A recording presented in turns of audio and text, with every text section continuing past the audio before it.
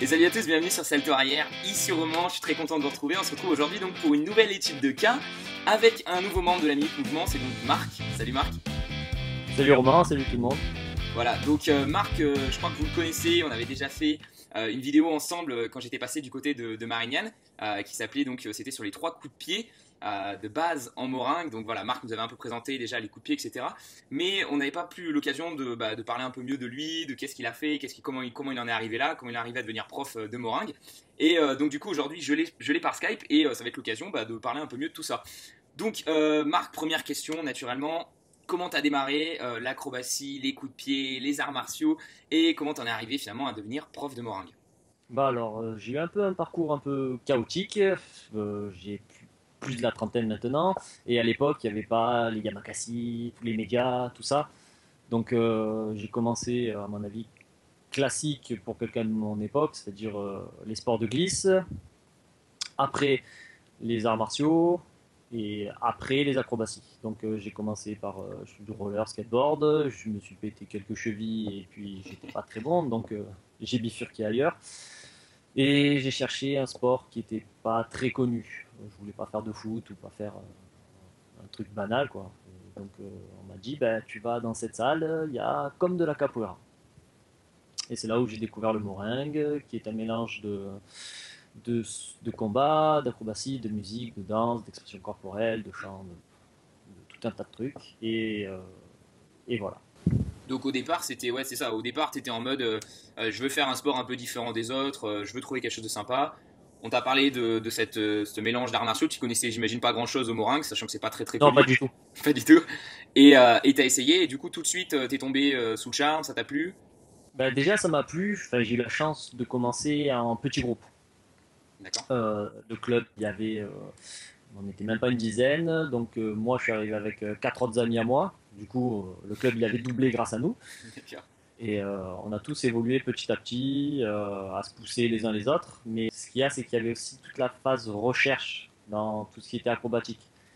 Comme j'ai dit, c'était pas autant médiatisé. Maintenant, tu veux savoir une acrobatie, tu vas sur Internet, tu as des tutos.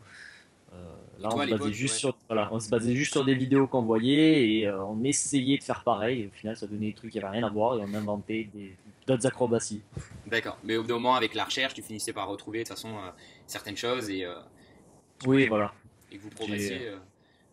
on Ok. avait quand même une bonne ligne directive, on va dire. Et du coup ça fait combien de temps maintenant que t'as attaqué le Moringue Ça doit faire à peu près vers 2001.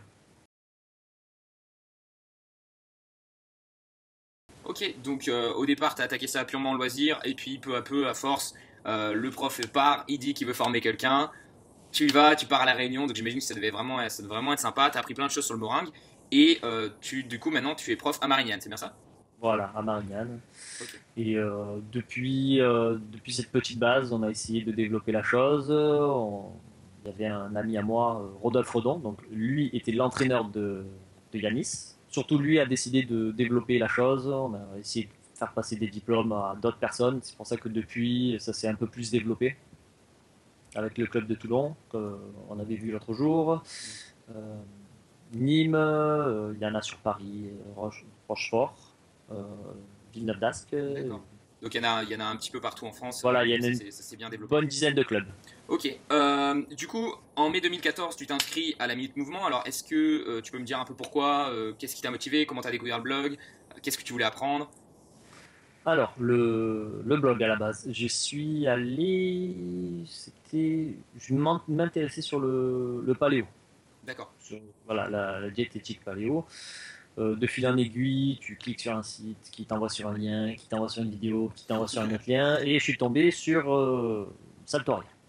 d'accord. Euh, voilà. Je me suis dit, tiens, philosophiquement parlant, ça se rapproche bien, j'ai bien accroché. J'allais assez souvent, inscris-toi sur Facebook, prends les news, et puis d'un coup, il va y avoir la Minute Mouvement qui va commencer, et ça a commencé à peu près au moment où je devais reprendre le cours d'un ami à moi. D'accord. Donc c'était une histoire de me remotiver, de reprendre d'autres influences, d'autres manières d'expliquer certains mouvements, et de me remettre dans le mouvement, justement. D'accord. D'accord, donc en fait, tu as utilisé cette formation pour finalement être une motivation supplémentaire, pour apprendre des nouvelles choses de quelqu'un de différent, puis à nouveau pour toi ensuite le retransmettre. Voilà, c'est ça. Moi, au niveau de mon club, c'est moi qui dois pousser les gens.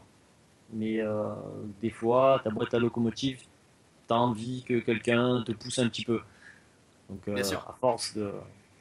bien sûr, Là, bien sûr. je suis redevenu plus ou moins au niveau de. Pas l'élève, mais de l'apprenti. Mais complètement, mais je pense que de toute façon, tout coach a un coach au-dessus de lui, Ouais. et c'est bien de comme ça, moi aussi, je me fais coacher par d'autres personnes, et chacun apprend de quelqu'un d'autre et peut permettre ensuite de le redonner à d'autres, donc c'est vachement bien ce système. Euh, alors, du coup, qu'est-ce que tu as un peu appris dans la formation? Est-ce que ça t'a plu? Est-ce que ça t'a aidé justement pour tes cours? Comment ça s'est passé? Ben, il y a mes élèves qui maintenant te maudissent pour avoir montré ce que c'était, avoir expliqué ce que c'était que le Tabata. Donc une méthode, on va dire une méthode d'entraînement, Méthode de d'entraînement fitness assez intense. très rapide, très condensé et assez intense. Donc je m'en sers comme échauffement pour me permettre de gagner du temps dans le cours, que la partie physique, échauffement, tout ça soit vite passé, de manière à avoir plus de temps dans le cours même. D'accord. Voilà. Et ça a permis de gagner du temps. Ensuite, ça m'a permis de découvrir d'autres mouvements, en fait, d'autres types d'acrobatie, notamment tout ce qui est au sol, parce que quand on dit acrobatie, on s'attend à des roues, des saltos, des rondades, des machins, mais tout ce qui est statique, on va dire visuellement, c'est peut-être moins impressionnant, mais c'est vachement plus technique, donc c'est plus difficile à faire. Il y a ça et tout ce qui est déplacement aussi. D'accord. Les Donc temps, l'ours, tout ça. D'accord, donc tu t'es servi de toutes ces choses et bah, du coup tu as pu l'utiliser peut-être pour certains de tes cours, etc. T'as pu en faire quelque chose dans les cours. Oui, voilà, parce que ça m'a permis de m'adapter à un certain public. Il y a, il y a certains jeunes qui sont doués, qui sont énergiques, bondissants, ils sortent partout. Mais quelqu'un qui a moins d'aptitude, peut-être plus âgé, qui a commencé le sport très tard, je ne vais pas lui demander de faire des rondades salto et des machins comme ça. Bien sûr. Donc, il faut d'abord qu'il commence vraiment là par la base. Ouais, c'est ce que j'ai essayé de faire avec la minute mouvement, c'est vraiment de faire un truc progressif et de Voilà. commencer donc vraiment à la base pour les gens qui souhaitent se renforcer au départ et ensuite progressivement atteindre des figures beaucoup plus grosses. Ouais. Ok, étant donné que tu es prof, est-ce que tu n'as pas un conseil à donner comment tu fais quand quelqu'un n'arrive pas à faire un mouvement, a des difficultés? C'est quoi ton meilleur conseil là-dessus? Déjà, j'essaie d'expliquer différemment. On va dire, il y a le prof de gym qui va expliquer avec des mots savants, il y a celui qui a appris sur le tas tout seul qui va juste te dire tu fais comme ça. Et avec le geste, ça passe mieux.